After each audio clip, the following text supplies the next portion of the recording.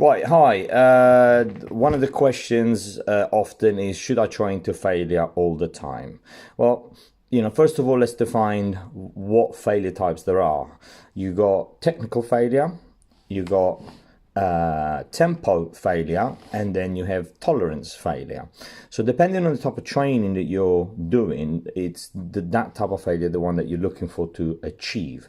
So let's say you're looking for hypertrophy and you're doing a bench press, and you fail technically.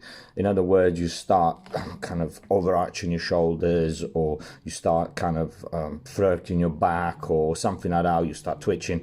You find alternative ways to move the bar. That's technical failure. So that's it. That you've reached the failure. So yes, that's the time to stop. If you're doing kind of power training and the tempo that you lift something is important, and you're starting to slow down below about 1.2 seconds or something like that, then perhaps at that point you have now reached tempo failure. So you keep moving the bar at a slower pace. It's no longer providing that explosiveness speed, and therefore that's a failure for that particular exercise. Let's say you're doing instead a very high volume set. You're not going to fail the failure, because it's the resistance of it is too low for you to kind of start failing technically.